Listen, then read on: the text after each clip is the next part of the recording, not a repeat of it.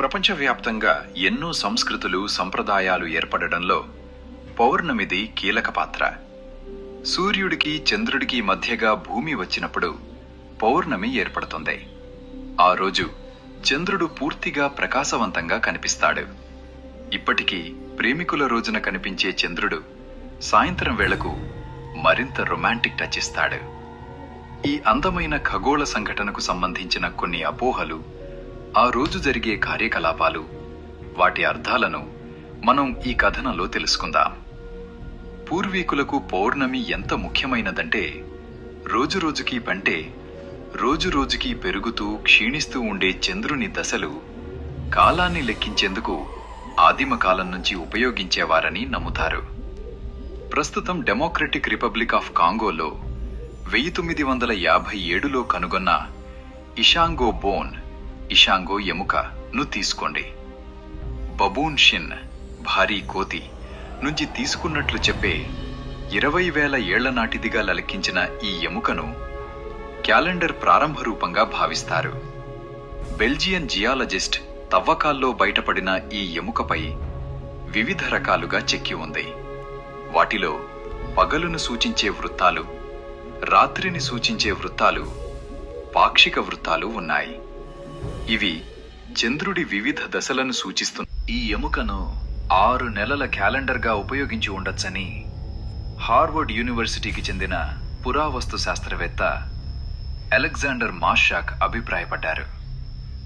శరదృతువు సమయంలో వచ్చే సెప్టెంబర్ చివరన లేదా అక్టోబర్ ప్రారంభంలో పౌర్ణమిని హార్వెస్ట్ మూన్, వ్యవసాయ పౌర్ణమిగా పిలిచేవారు. ఆ సమయంలో సూర్యులు అస్తమించిన వెంటనే చంద్రుడు ఉదయిస్తాడు. ఈ వెలుతురు కారణంగా గతంలో రైతులు ఎక్కువగా పనిచేసుకునేవారు. ఇప్పుడు విద్యుత్ దీపాలు వాడటం కనిపిస్తుంది. ప్రపంచవ్యాప్తంగా వివిధ సంస్కృతులలో పౌర్ణమి రోజుల్లో వేర్వేరు పండుగలు జరుపుకుంటారు. శరదృతువు కాలంలో చైనాలో జరుపుకునే జాంకీజీ పండుగను మూన్ ఫెస్టివల్ అని కూడా పిలుస్తారు. హార్వెస్ట్ మూన్ రోజున ఈ పండుగను జరుపుకుంటారు. ఆ రోజు ప్రభుత్వ సెలవు కూడా. ఈ పండుగ దాదాపు 3,000 సంవత్సరాల కిందట ప్రారంభమైంది. పంటలు బాగా పండాలని ఈ పండుగను జరుపుకుంటారు. కొరియాలో కూడా ఇలాంటి పండుగే జరుపుకుంటారు. కొరియాలో చుసియోక్ అని పిలిచే ఈ పండుగ 3 రోజుల పాటు కొనసాగుతుంది. ఈ పండుగ కూడా హార్వెస్ట్ మూన్ రోజునే వస్తుంది. హిందూ సంస్కృతిలో చంద్రుడు పూర్తిగా కనిపించే రోజును పౌర్ణమిగా పిలుస్తారు. ఆ రోజున ఉపవాసాలు, ప్రార్థనలు చేస్తారు. నవంబర్లో వచ్చే కార్తీక మాసం, కార్తీక పౌర్ణమి హిందువులకు అత్యంత పవిత్రం. ఆ రోజు శివుడు త్రిపురాసురుడనే రాక్షసుడిపై విజయం సాధించడంతో పాటు విష్ణువు అదే రోజు మత్స్యావతారం ధరించినట్లు చెబుతారు. నదీ స్నానాలు ఆచరించటం, దీపారాధన వంటివి చేస్తారు. 12 ఏళ్లకు ఒకసారి జరిగే కుంభమేళా కూడా పౌర్ణమి రోజే ప్రారంభమవుతుంది. బౌద్ధ మతంలో కూడా పౌర్ణమికి ప్రముఖ స్థానం ఉంది.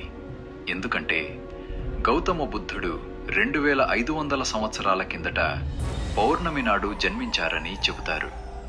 ఆయనకు జ్ఞానోదయం, మహానిర్వాణం కూడా పౌర్ణమి రోజునే సంభవించాయని నమ్ముతారు. బుద్ధుని జన్మదినాన్ని బుద్ధ పూర్ణిమ అంటారు. ఇది సాధారణంగా ఏప్రిల్ లేదా మే నెలలో వస్తుంది. శ్రీలంకలో పౌర్ణమికి మరింత ప్రత్యేకత ఉంది. ఎందుకంటే ప్రతి పౌర్ణమికి ప్రభుత్వ సెలవు ఉంటుంది. ఆ రోజును పోయా అంటారు.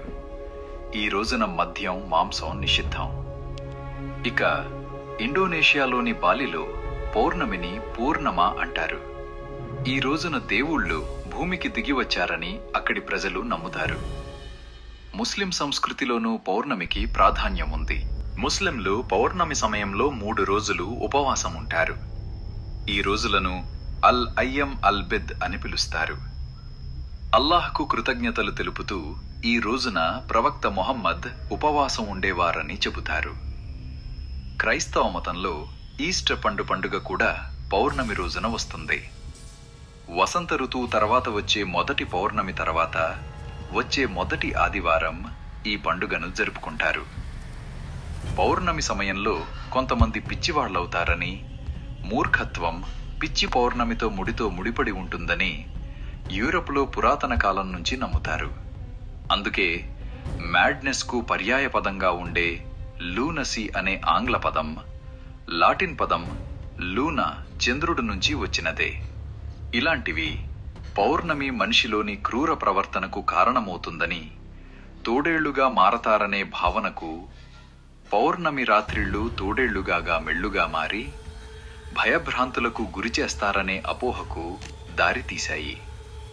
గ్రీకు చరిత్రకారుడు హెరోడోటస్ క్రీస్తుపూర్వం 4వ శతాబ్దంలో సిథియా అనే తెగ, ప్రస్తుతం రష్యాలోని న్యూరి తెగ గురించి రాశారు. ఈ తెగవారు ఏడాదిలో చాలా రోజులు తోడేళ్లుగా మారిపోతారని పేర్కొన్నారు. యూరప్లో 15-17 శతాబ్దాల మధ్య చాలా మందిని తోడేళ్లుగా భావించి విచారణ కూడా జరిపారు. వీటిలో అత్యంత అపఖ్యాతి పాలైన కేసు 1589లో జర్మనీకి చెందిన పీటర్ స్టబ్ అనే భూస్వామి కేసు. ఆయన తోడేలు నుంచి మనిషిగా మారడం చూశామని స్థానిక వేటగాళ్లు చెప్పారు. ఆయన్ను చాలా కాలం హింసించిన తర్వాత విసిగిపోయిన పీటర్ స్టబ్ తన వద్ద మ్యాజిక్ బెల్ట్ ఉందని, అది తనను తోడేలుగా మార్చేస్తుందని, తోడేలుగా మారి చాలా మందిని వేటాడి తిన్నట్లు అంగీకరించారు. మరి చూశారు కదా, ఇలాంటి ఆసక్తికరమైన వీడియోస్ కోసం తప్పకుండా సబ్స్క్రైబ్ చేయండి గ్రహణం ఛానల్.